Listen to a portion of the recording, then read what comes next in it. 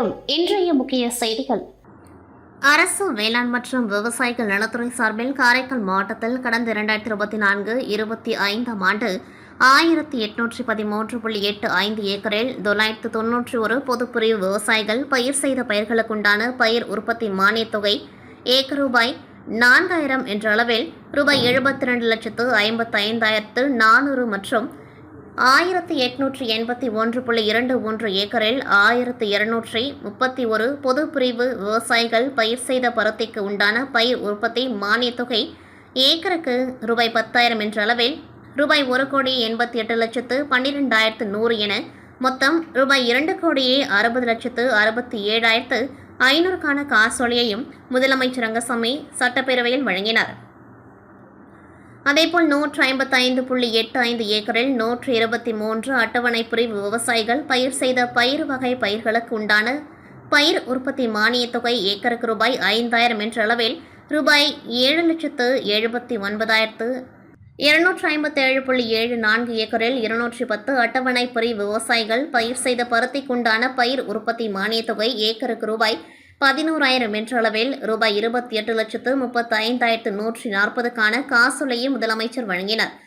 மேலும் தென்னை விவசாயிகளுக்கு ஏக்கருக்கு ரூபாய் 5,000 என்ற அளவில் 24 விவசாயிகளுக்கு 15.96 ஏக்கர் சாகுபடி பரப்புக்கு ரூபாய் 79,800, 4.91 ஏக்கர் பரப்பளவில் வீரிய ஓட்டுரக காய்கறி பயிர் சாகுபடி செய்த 8 விவசாயிகளுக்கு ஏக்கருக்கு ரூபாய் 4,000 என்ற அளவில் ரூபாய் 19,640, தரிசில் 7.70 ஏக்கரில் காய்கறி பயிர்கள் சாகுபடி செய்த 10 விவசாயிகளுக்கு ஏக்கருக்கு ரூபாய் 6,250 என்ற அளவில் ரூபாய் 48,125, 6.45 ஏக்கரில் நாட்டு காய்கறி வகைகளை சாகுபடி செய்த 13 விவசாயிகளுக்கு ஏக்கருக்கு ரூபாய் 5,000 என்ற அளவில் ரூபாய் 33,250 என மொத்தம் ரூபாய் 2,610 விவசாயிகளுக்கு ரூபாய் 2,98,61,705 அளவிலான ஊக்கத்தொகைக்கான காசோலைகளை முதலமைச்சர் தென்னை விவசாயிகளுக்கு வழங்கினார்.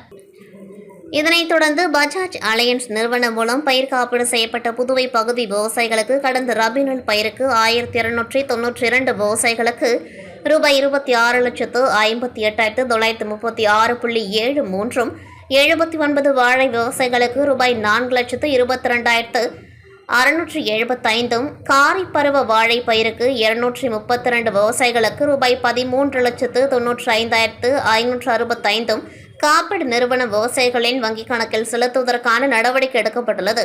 ஷீமா நிறுவனத்தின் மூலம் பயிர் காப்பீடு செய்யப்பட்ட காரைக்கால் பகுதி விவசாயிகளுக்கு கடந்த ரபி நெல் தரிசு உளுந்து பயிருக்கு 103 விவசாயிகளுக்கு ரூபாய் 9,04,576, காரிப் 2023 பருவ குறுவை நெல் பயிருக்கு 596 விவசாயிகளுக்கு 89,94,421, காரிப் 2024 பருவ குறுவை நெல் பயிருக்கு 871 விவசாயிகளுக்கு ரூபாய் 1,28,28,539, ரபி சம்பா தாளடி நெல் பயிருக்கு 477 விவசாயிகளுக்கு ரூபாய் 14,63,696 காப்பீட்டு நிறுவனம் விவசாயிகளின் வங்கிக் கணக்கில் செலுத்துவதற்கான நடவடிக்கை எடுக்கப்பட்டுள்ளது. ஏனாம் பகுதி விவசாயிகளுக்கு காரிப் 2024க்கான பயிர் காப்பீட்டுத் தொகை 207 விவசாயிகளுக்கு ரூபாய் 21,02,138 ஐசிஐசிஐ லோம்பார்ட் நிறுவன விவசாயிகளின் வங்கிக் கணக்கில் செலுத்துவதற்கான நடவடிக்கை எடுக்கப்பட்டுள்ளது. ஆக மொத்தம் ரூபாய் 3,70,546.73 பயிர் காப்பீட்டுத் தொகையாக 3,857 விவசாயிகளுக்கு அவர்களின் வங்கிக் கணக்கில் நேரடியாக செலுத்தப்பட்டுள்ளது. இதற்கான காசோலைகளையும் முதலமைச்சர் ரங்கசாமி சட்டப்பேரவையில் வழங்கினார். அப்பொழுது முதலமைச்சர் அவர்களிடம் பேசிய காரைக்கால் மாவட்ட விவசாயிகள், இதற்கு முன்னர் காரைக்கால் மாவட்டத்தில் மழைக்கு பின்னர் தான் பயிர்களுக்கான ஊக்கத்தொகை வழங்கப்பட்டு வந்தது. தற்பொழுது தங்கள் ஆட்சிக் காலத்தில் மழைக்கு முன்பாகவே எங்களுக்கு கிடைத்துள்ளது. நீங்கள் இல்லை என்றால் காரைக்கால் மாவட்டத்தில் விவசாயம் செழிப்பாக இருக்காது. தாங்கள் காரைக்கால் மாவட்டத்திற்கு எப்பொழுதும் செய்து கொண்டே இருக்க வேண்டும் என்று பாராட்டு தெரிவித்தனர். நிகழ்ச்சியில் குடிமைப்பொருள் வழங்கல் மற்றும் நுகர்வோர் விவகாரங்கள் துறை அமைச்சர் திருமுருகன், சட்டமன்ற உறுப்பினர் GNS ராஜசேகரன், வேளாண் துறை கூடுதல் இயக்குநர் ஜாகிர் ஹுசைன் மற்றும் வேளாண் துறை அதிகாரிகள் இந்நிகழ்ச்சியில் கலந்து கொண்டார்கள்.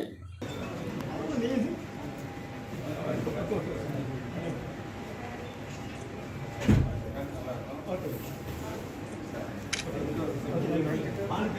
தமிழக முன்னாள் முதலமைச்சர் காமராஜரின் 123வது பிறந்த தினம் புதுச்சேரி அரசின் செய்தி மற்றும் விளம்பரத்துறை சார்பில் கொண்டாடப்பட்டது. இதனையொட்டி அண்ணா சாலை, காமராஜர் சாலை சந்திப்பில் உள்ள அவரது சிலைக்கு முதலமைச்சர் ரங்கசாமி, சபாநாயகர் செல்வம், துணை சபாநாயகர் ராஜவேலு, அமைச்சர்கள் லட்சுமி நாராயணன், ஜான்குமார் மற்றும் சட்டமன்ற உறுப்பினர்கள் மாலை அணிவித்து மலர் தூவி மரியாதை செலுத்தினார்கள். தொடர்ந்து தமிழக வெற்றி கழகம் உள்ளிட்ட பல்வேறு அரசியல் கட்சிகள் மற்றும் சமூக அமைப்புகளை சேர்ந்தவர்கள் காமராஜரின் சிலைக்கு மரியாதை செலுத்தினார்கள். இதனிடையே காமராஜர் சிலைக்கு மாலை அணிவித்து தமிழக வெற்றி கழக நிர்வாகிகள் முதலமைச்சர் ரங்கசாமிக்கு இனிப்புகள் வழங்கினார்கள். அப்பொழுது முதலமைச்சர் ரங்கசாமி அவர்களுடன் சேர்ந்து அங்கிருந்த பொதுமக்களுக்கு இனிப்புகளை வழங்கினர். புதுச்சேரியில் பாஜக, என்ஆர் காங்கிரஸ் இடையே கருத்து மோதல் நிலவி வரும் சூழலில் தமிழக வெற்றி கழகத்துடன் முதலமைச்சர் ரங்கசாமியின் என்ஆர் காங்கிரஸ் கூட்டணி அமைக்க உள்ளதாக பேசப்பட்டு வருகின்றது. இந்நிலையில் தாவேகா நிர்வாகிகளுடன் முதலமைச்சர் ரங்கசாமி இணைப்புகள் வழங்கியது தேசிய ஜனநாயக கூட்டணியில் சலசலப்பை ஏற்படுத்தியுள்ளது. பாஜக சார்பில் அக்கட்சியின் மாநில தலைவர் ராமலிங்கம் தலைமையில் உள்துறை அமைச்சர் நமச்சிவாயம், சட்டமன்ற உறுப்பினர் கல்யாணசுந்தரம் மற்றும் கட்சி நிர்வாகிகள் 100க்கும் மேற்பட்டோர் காமராஜர் சிலைக்கு மாலை அணிவித்து மலர் தூவி மரியாதை செலுத்தினார்கள். சுகாதார மற்றும் குடும்ப நலவழித்துறை மற்றும் பாண்டிச்சேரி எய்ட்ஸ் கட்டுப்பாட்டு சங்கம் இணைந்து ஒருங்கிணைந்த மருத்துவ பரிசோதனை முகாம் தவளக்குப்பம் ஆரம்ப சுகாதார நிலையத்தில் நடைபெற்றது. தவளக்குப்பம் ஆரம்ப சுகாதார நிலையம் மருத்துவ அதிகாரி அஸ்மா வரவேற்புரை வழங்கினார். நலவழித்துறை இயக்குநர் செவ்வேல் தலைமை தாங்கினார். துணை இயக்குநர் பொது சுகாதாரம் சமீம் நிஷா, துணை இயக்குநர் தகவல் கல்வி மற்றும் தொடர்பு டாக்டர் ராகநாதன் ஆகியோர் முன்னிலை வகித்தனர். சிறப்பு விருந்தினராக சட்டப்பேரவை சபாநாயகர் செல்வம் அவர்கள் கலந்து கொண்டு குத்துவிளக்கேற்றி மருத்துவ முகாமை துவக்கி வைத்து சிறப்புரையாற்றினர். மருத்துவ முகாமில் பொது மருத்துவம், சர்க்கரை மற்றும் இரத்த அழுத்தத்திற்கான பரிசோதனைகள், மஞ்சள் காமாலை பரிசோதனை, காசநோய் பரிசோதனை, கண் பரிசோதனை, பல் பரிசோதனை மற்றும் மருத்துவ ஆலோசனை வழங்கப்பட்டது. உலகின் மிகப்பெரிய இலவச காப்புரிமை திட்டமான ஆயுஷ்மான் பாரத் பிரதான் மந்திரி ஜான் ஆரோக்கிய யோஜனா திட்டத்தின் கீழ் உடனடியாக இணைத்துக் கொள்ள பதிவு செய்யப்பட்டது. இந்நிகழ்ச்சி ஏற்பாடுகளை செவிலியர் அதிகாரிகள், பெண் சுகாதார மேற்பார்வையாளர், கிராமப்புற செவிலியர்கள், சுகாதார ஆய்வாளர், சுகாதார உதவி ஆய்வாளர்கள், ஆஷா பணியாளர்கள் மற்றும் மருத்துவமனை ஊழியர்கள் செய்திருந்தனர். எய்ட்ஸ் கட்டுப்பாட்டு திட்ட அதிகாரி டாக்டர் அருள் விசாகம் நன்றி உரை கூறினார். தமிழக முன்னாள் முதலமைச்சர் காமராஜரின் 123வது பிறந்த தினம் காரைக்கால் மாவட்ட நிர்வாகம், செய்தி மற்றும் விளம்பரத்துறை சார்பில் கொண்டாடப்பட்டது.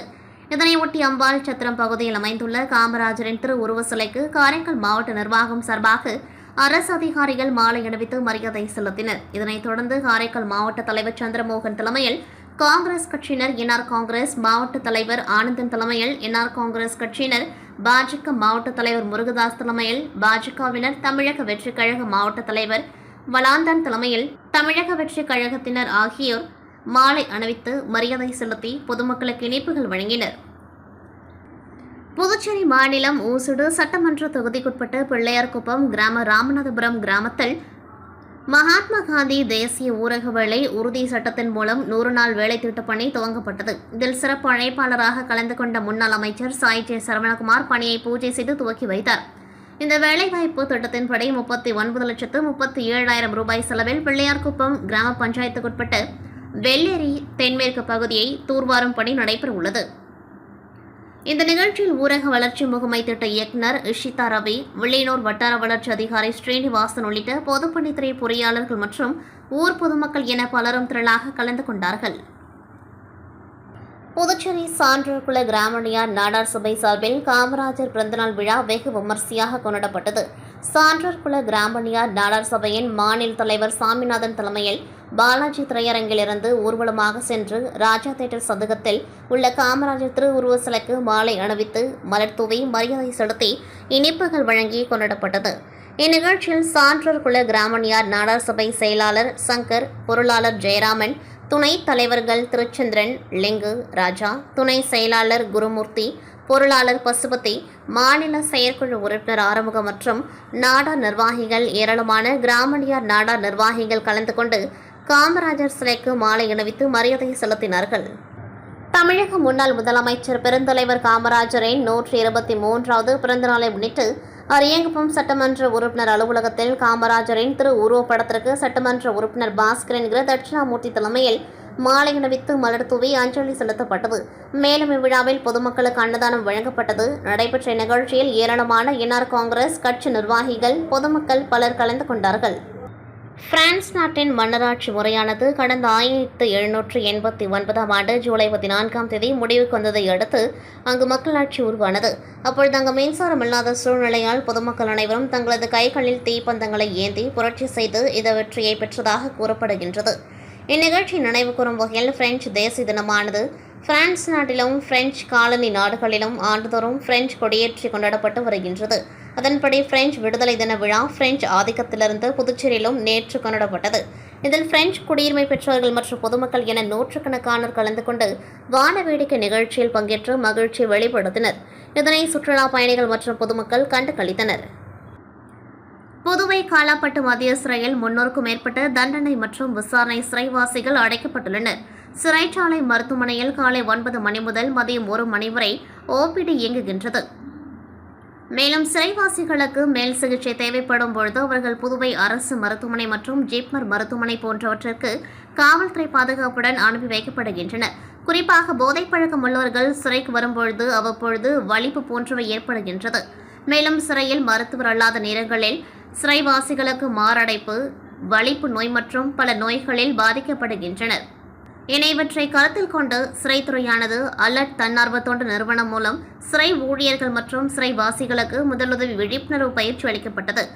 சென்னையை சேர்ந்த காரல் மர்கஸ் அவர்கள் அனைவருக்கும் சிறப்பாக பயிற்சி அளித்தார். மேலும் சிறை கண்காணிப்பாளர் பாஸ்கரன் பேசுகையில், தற்காலத்தில் மனிதர்களிடம் உணவு பழக்க வழக்கம் என்பது முழுமையாக மாறிவிட்டது. எந்த நேரத்திலும் எது வேண்டுமானாலும் நடக்கலாம். மனித உயிர் விலைமதிப்பற்றது. அவ்வப்பொழுது சாலை விபத்து, வலிப்பு நோய், மாரடைப்பு போன்றவையால் மனிதன் அதிகம் பாதிக்கப்படுகின்றனர்.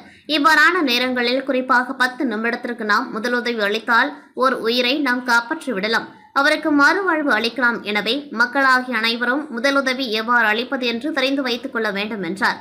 மேலும் இந்நிகழ்ச்சியில் அலர்ட் தொண்டு நிறுவனத்தை சேர்ந்தவர்கள் தையல் நாயகி, ராஜ்குமார், ராஜசேகரன் மற்றும் சண்முக சுந்தரம் கலந்து கொண்டார்கள். மேலும் 100க்கும் மேற்பட்ட சிறை ஊழியர்கள் மற்றும் சிறைவாசிகள் இந்நிகழ்ச்சியில் கலந்து கொண்டு பயிற்சி பெற்றனர். புதுச்சேரி மாநில பாரதிய ஜனதா கட்சியின் மாநில பொதுக்குழு உறுப்பினர் திருச்சந்திரன் பிறந்த நாளை முன்னிட்டு துப்புரவு பணியாளர்களுக்கு நலத்திட்ட உதவிகள் வழங்கப்பட்டது. முன்னதாக முன்னாள் சட்டமன்ற உறுப்பினர் அசோக் பாபு அவருக்கு பொன்னாடை போற்றி பூங்குத்து கொடுத்து வாழ்த்துக்களை தெரிவித்தார். இந்நிகழ்ச்சியில் சான்றூர் குல கிராமணியார் நாடார் சபையின் மாநில தலைவர் சாமிநாதன் மற்றும் முதலியார்பேட்டை தொகுதியைச் சேர்ந்த பாஜகவினர் மற்றும் ஊர் பொதுமக்கள் திரளாக கலந்து கொண்டு வாழ்த்துக்களை தெரிவித்தனர். தமிழக வெற்றி கழகத்தின் தலைவர் தளபதி அவர்களின் அறிவுறுத்தலின்படி கழக பொதுச் செயலாளர் ஆனந்த் அவர்களின் சொல்லுக்கிணங்க மாநில செயலாளர் சரவணன் அவர்கள் வழிகாட்டியபடி புதுச்சேரி மாநில உருளையன்பேட்டை தொகுதி தமிழக வெற்றி கழகம் சார்பில் கழக கொள்கை தலைவரான கர்ம வீரர் காமராஜர் ஐயா அவர்களின் 123வது பிறந்த நாளை முன்னிட்டு 100 லட்டுகள், 100 பேனாக்கள் மற்றும் குழந்தைகளுக்கு தேவையான உபகரணங்கள் வழங்கப்பட்டது. புதிய பேருந்து நிலையம் எதிரில் பொதுமக்களுக்கு சாக்லேட், லட்டு, பேனாக்கள் வழங்கப்பட்டது. மேலும் இந்த நிகழ்ச்சியில் ஊடக பிரிவு நிரேஷ்குமார் அவர்கள் கலந்து கொண்டார். இந்த நிகழ்ச்சியில் உருளையன்பேட்டை தொகுதி இளைஞரணி நிர்வாகி பிரான்சிஸ் முன்னிலை வகித்தார். மேலும் இந்த நிகழ்ச்சியில் உருளையன்பேட்டை தொகுதி நிர்வாகிகள் காந்திராஜ், அப்துல் கலாம், சரவணன், தேவா, ரகுமான், கழக தோழர்கள், தொண்டர்கள் என அனைவரும் கலந்து கொண்டு நிகழ்ச்சியை சிறப்பித்தனர். புதுச்சேரி அரசு சுற்றுலா வளர்ச்சி கழக ஊழியர்களின் கூட்டமைப்பு சார்பில் கண்டன ஆர்ப்பாட்டம் புதுச்சேரி அரசு சுற்றுலாத்துறை அலுவலகம் முன்பு நடைபெற்றது. கூட்டுக்குழு பொறுப்பாளர்கள் தலைமையில் நடைபெற்ற ஆர்ப்பாட்டத்தில் INTUC மாநில பொதுச் செயலாளர் ஞானசேகரன், மாநில துணைத் தலைவர் சொக்கலிங்கம், நடைபாதை வியாபாரிகள் சங்கத்தின் பொறுப்பாளர் ஜான், CITU மாநில தலைவர் பிரபுராஜ் ஆகியோர் சிறப்பு அழைப்பாளர்களாக கலந்து கொண்டு கோரிக்கைகளை வலியுறுத்தி கண்டன உரையாற்றினார்கள்.